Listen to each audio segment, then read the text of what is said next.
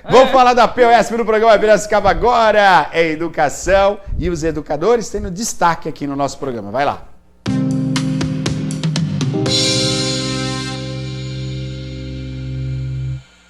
No dia 2 de outubro, toda a atenção do país estava voltada para as eleições.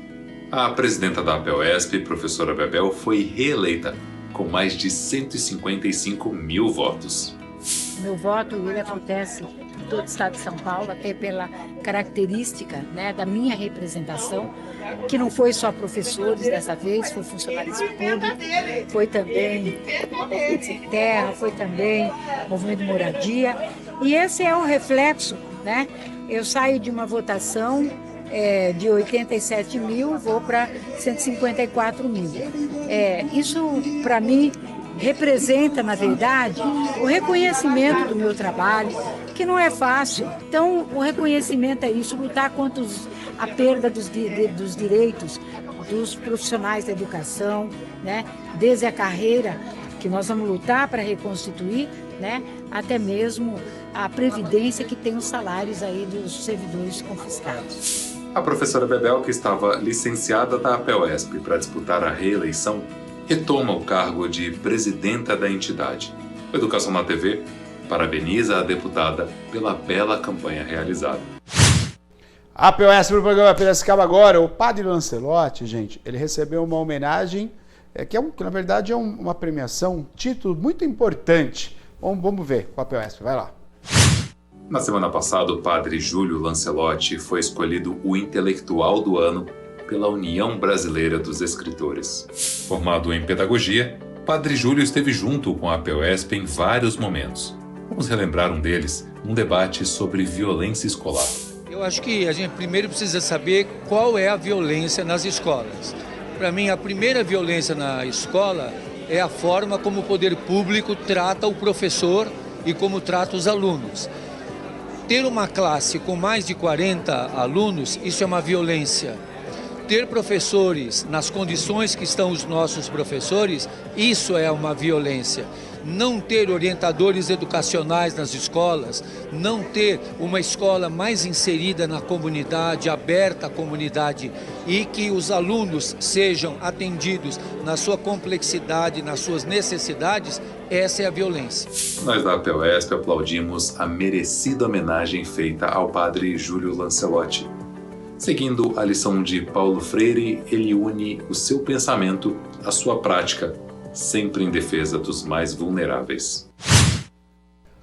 A POSP, tão importante, né? Todas essas propostas da APOSP, gente, para você. Estamos aqui falando sobre educação, né, Maria? Pois não. Exatamente, Neto. Agora a gente vai ver novamente a reportagem lá no Museu do Ipiranga, que foi totalmente reformado, né? Restaurado e abriu recentemente. E nessa reportagem você vai entender o papel da educação do Museu do Ipiranga.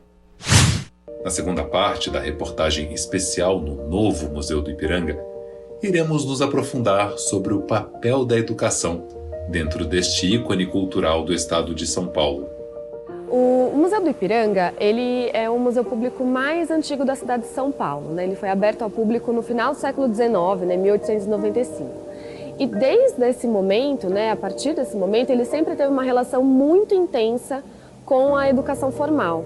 Então, a gente tem relatórios, relatos, né, por décadas, de grupos numerosos de estudantes, alunos, professores, etc., da educação formal que se dirigiam ao museu numa perspectiva de relacionamento entre os conteúdos da sala de aula e os acervos que estavam expostos aqui, né? E essa vocação, de alguma maneira, vem se intensificando a partir do momento em que o próprio museu constituiu uma área de educação formalmente, né?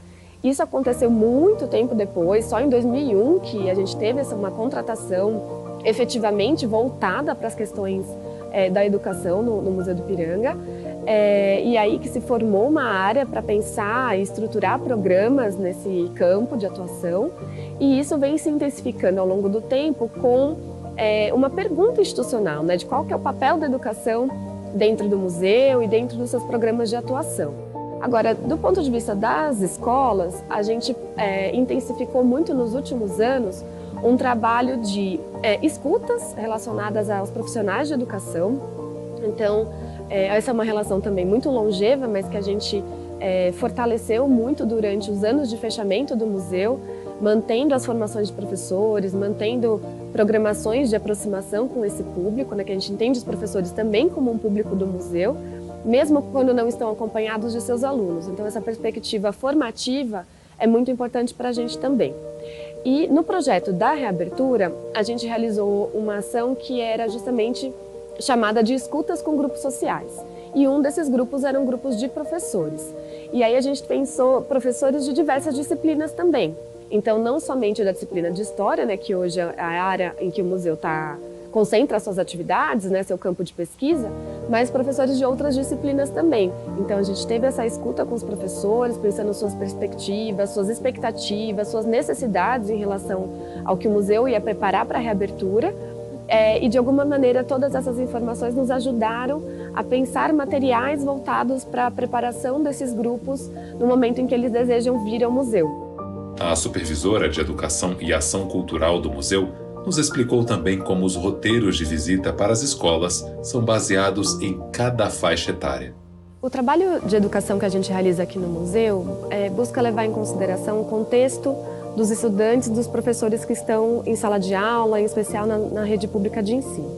Então, quando a gente propõe roteiros de visita, experiências de visita no museu, essa visita nunca é pensada como uma maratona de visitação a todas as exposições. Até porque o museu cresceu muito, a gente tem 11 exposições de longa duração em cartaz, em breve teremos uma exposição temporária também, então é impossível em uma única visita esgotar todos esses conteúdos. Então a nossa proposta é que os professores sempre trabalhem por eixos temáticos, e para isso a gente tem um trabalho baseado nos componentes curriculares, nas expectativas de aprendizagem para cada uma das faixas etárias. Então a ideia é sempre estruturar esses roteiros pensando um recorte das exposições, então não visitar o museu inteiro, mas pensar dentro desse tempo de visita, desse grupo específico de alunos e dessa faixa etária, quais são os temas de interesse, pensando nos conteúdos pedagógicos dessa faixa etária também. Então esse é um pouco o incentivo que a gente faz aqui no museu para criar essa relação de parceria com as escolas e os professores. A POSP no programa Piracicaba Agora. Tá aí. Eu já vou falar do museu, o pessoal está escrevendo. Cadê? A Mariana lembrou. Neto, e a excursão para o museu? Já vou falar, já que tem novidades. Já vou falar já. Pois não, Maria. Neto, agora para finalizar, a gente vai falar das dicas culturais que a POSP também está trazendo para a gente. E hoje é uma dica de leitura.